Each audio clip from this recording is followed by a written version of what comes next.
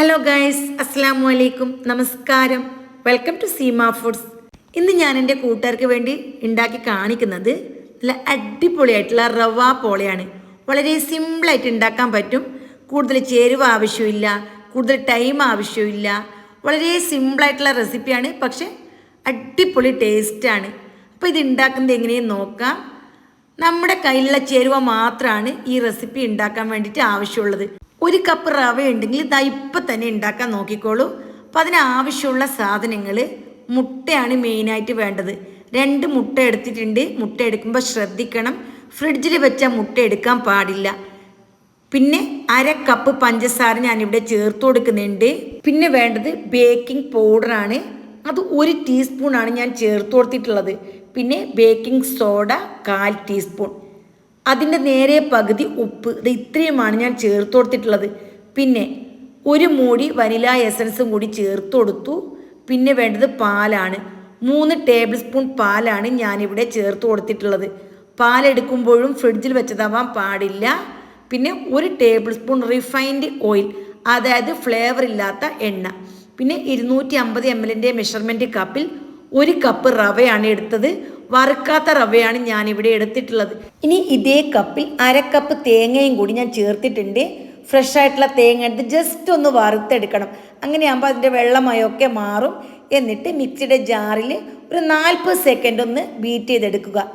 ഇനി വേണ്ടത് ഒരു നോൺ സ്റ്റിക്കിൻ്റെ പാനാണ്. വട്ടം കുറഞ്ഞ പാനാണ് എപ്പോഴും നല്ലത്. എന്നിട്ട് അല്പം നെയ്യൊന്ന് തേച്ച് കൊടുക്കുക. നെയ്യില്ല എങ്കിൽ ഏതെങ്കിലും ഓയിൽ തേച്ച് കൊടുത്താൽ മതി. എന്നിട്ട് ഈ ബാറ്റർ ഇതിലേക്കൊന്ന് ഒഴിച്ചു കൊടുക്കണം. ബാറ്റർ ഈ ഒരു കൺസിസ്റ്റൻസിയിലാണ് വേണ്ടത്. കൂടുതൽ തിക്കാവാനോ അതേപോലെ ലൂസ് ആവാനോ പാടില്ല. എന്നിട്ട് നന്നായിട്ടൊന്ന് ടാപ്പ് ചെയ്ത് കൊടുക്കണം. ഇതിൽ എയർ ബബിൾസ് ഉണ്ടെങ്കിൽ അതൊന്ന് പോയി കിട്ടാൻ വേണ്ടിയിട്ടാണ് ഇങ്ങനെ ചെയ്യുന്നത്. പിന്നെ ഞാൻ ഇതിലേക്ക് കുറച്ച് ഫ്രഷ് തേങ്ങ ഉണ്ടല്ലോ, അത് ജസ്റ്റ് ഒന്ന് വിതറി കൊടുക്കുന്നുണ്ട്. കാണാൻ നല്ലൊരു ഭംഗിയും അതേപോലെ കഴിക്കാൻ നല്ലൊരു ടേസ്റ്റുമാണ്. പിന്നെ ഇതിലേക്ക് വേണ്ടത് നട്ട്സാണ്. നിങ്ങളുടെ കയ്യിൽ ഏത് നട്ട്സാണ് ഉള്ളത് അത് ചേർത്ത് കൊടുക്കാം. ഞാനിവിടെ കുറച്ച് ബദാം ഉണ്ടല്ലോ, തിന്നായിട്ട് അരിഞ്ഞ് അത് ഇതിൻ്റെ മുകളിൽ വിതറി കൊടുത്തിട്ടുണ്ട്. ഈ സമയം തന്നെ ഒരു പഴയ നോൺ സ്റ്റിക്കിൻ്റെ പാൻ ഉണ്ടല്ലോ, നല്ലപോലെ ചൂടാവാൻ വെക്കണം.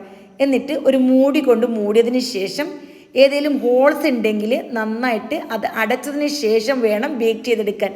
എന്താ ഒരു പേപ്പർ നല്ലപോലെ ചുരുട്ടിയതിന് ശേഷം ഇതിൻ്റെ അകത്തിട്ട് നല്ലപോലെ ടൈറ്റാക്കി എടുത്തിട്ടുണ്ട്.